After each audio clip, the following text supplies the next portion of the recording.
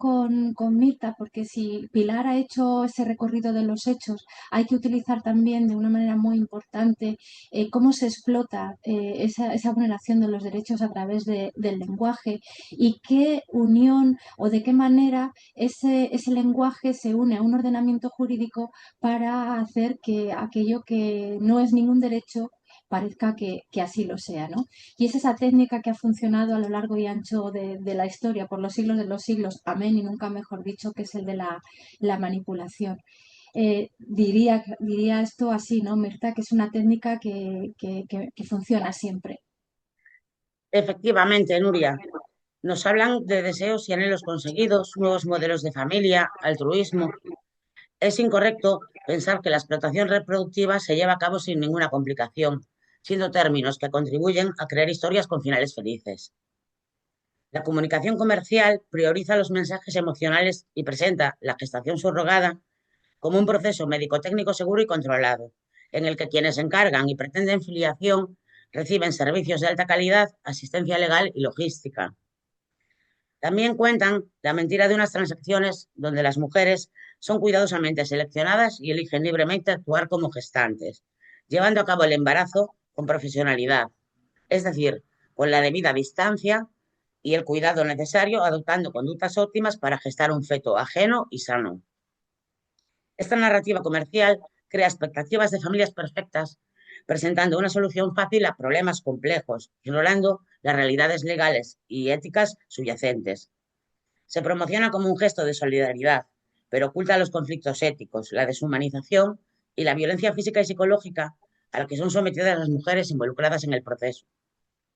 Y en ese lenguaje promocional que al final lo que trata de hacer es escribir negro sobre blanco en lo jurídico, ¿cómo se institucionalizan los deseos en el derecho para hacerlos pasar como norma jurídica? Me explico un poco más. ¿Cómo se construye la terminología para hacer que compremos esta brutalidad?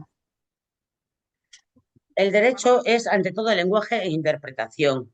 Las normas jurídicas no solo regulan la realidad, sino que la construyen a través de las palabras.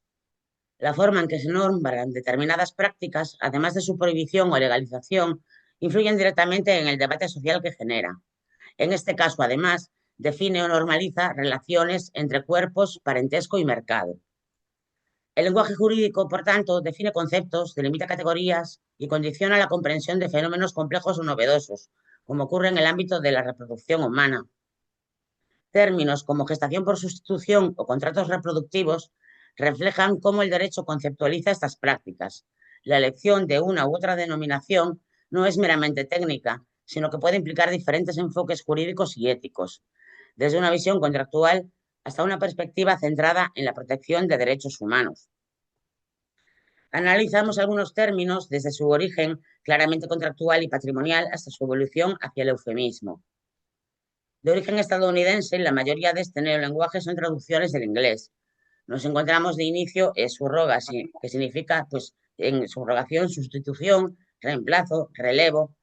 Sí que nos habíamos escuchado esos términos dentro del derecho laboral, como la subrogación de un contrato o de una deuda, ¿no?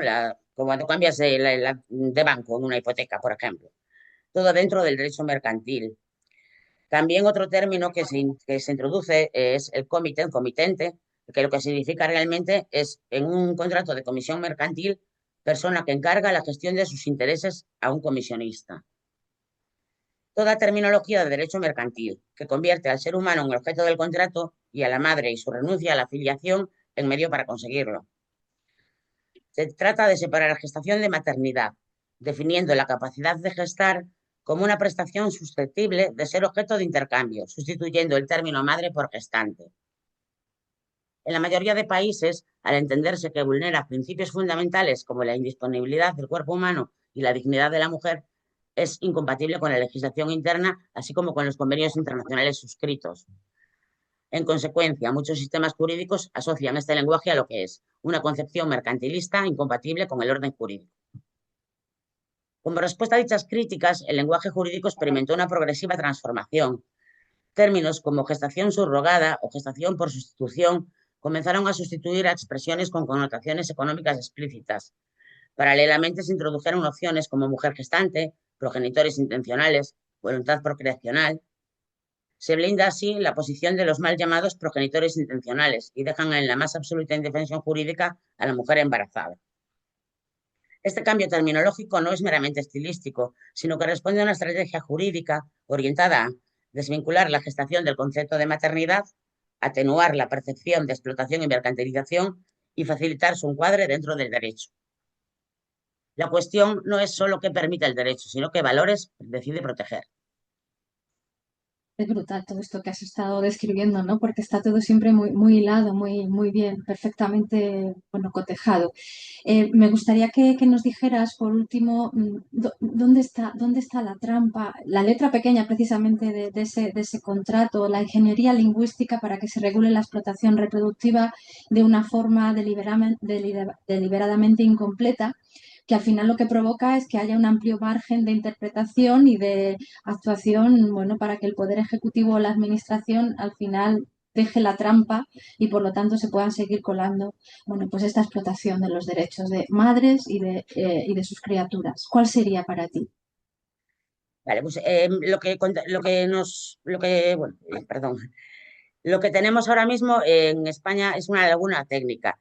Es decir, una laguna técnica se produce cuando una norma jurídica existe, pero su regulación es insuficiente, imprecisa o defectuosa, lo que dificulta su aplicación práctica. No hay ausencia total de la norma, sino una deficiencia de su contenido. En el caso de la escasa normativa que tenemos sobre explotación reproductiva, no se trata de un defecto técnico, sino, como bien señalas, Nuria, estamos ante una técnica normativa intencional. Como características, cabe señalar uso de conceptos jurídicos indeterminados o amplios, como por ejemplo, bien superior del menor o violencia reproductiva. Falta de criterios objetivos, amplio margen interpretativo y posibilidad de decisiones caso por caso a jueces y tribunales. El riesgo principal, discrecionalidad excesiva del gobierno y carencia de efectos. Por ejemplo, que en la Ley 1/2023 de Salud Sexual y Reproductiva reconozca la gestación subrogada como una forma de violencia reproductiva, si bien ha servido para argumentar la sentencia del Tribunal Supremo del 2024, mientras no se tipifiquen los diferentes delitos en el Código Penal, se queda prácticamente en algo declarativo a aplicar caso por caso.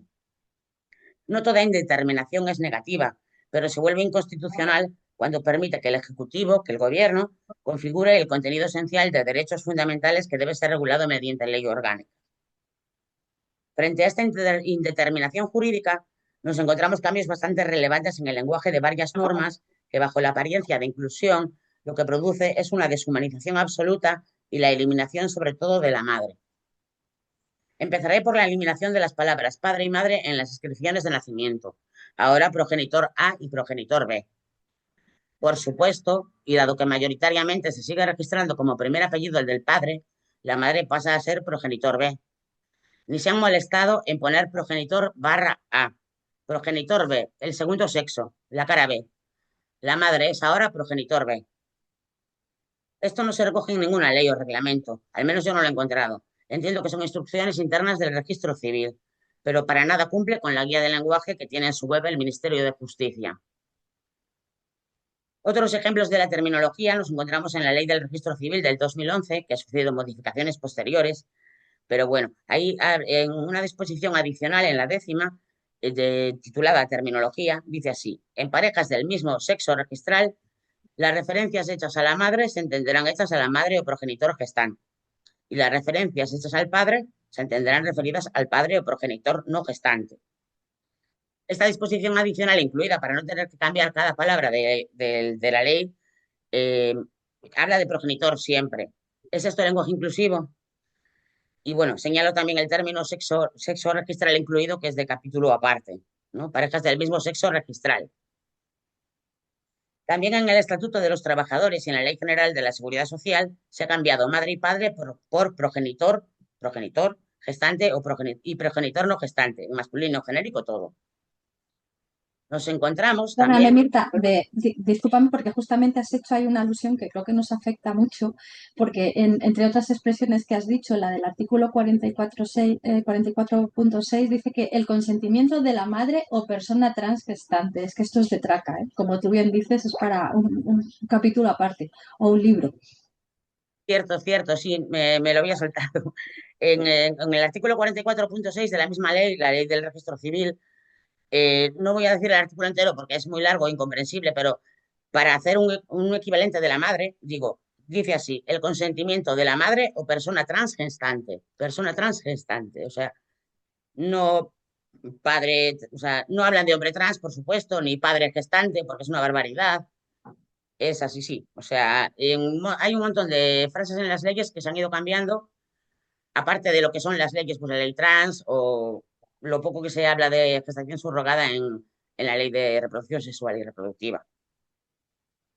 Luego, otro término que no parece peligroso, pero abre la vía al reconocimiento del permiso a quienes compran seres humanos, es el Real Decreto 6/2019, en el que se establece que desde abril de 2019 las prestaciones por maternidad y paternidad se unifican en una única prestación llamada nacimiento y cuidado de menor. También nos encontramos en la web de la Seguridad Social, en el apartado de documentación a aportar para solicitar el permiso por cuidado de bueno, hijos e hijas o nacimiento y cuidado de menor.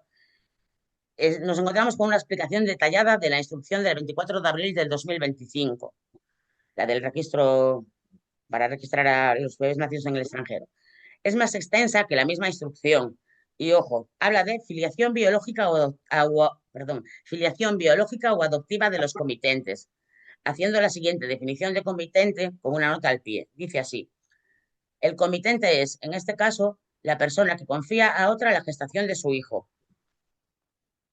Por último, señalar que en la instrucción del 28 de abril del 25 de la Dirección General de Seguridad Jurídica y Fe Pública, al hacer la transposición del artículo 10.3 de la Ley de Técnicas de Reproducción Humana Asistida a la instrucción, cambian el término padre biológico por filiación biológica, en su caso, respecto de alguno de los progenitores de intención.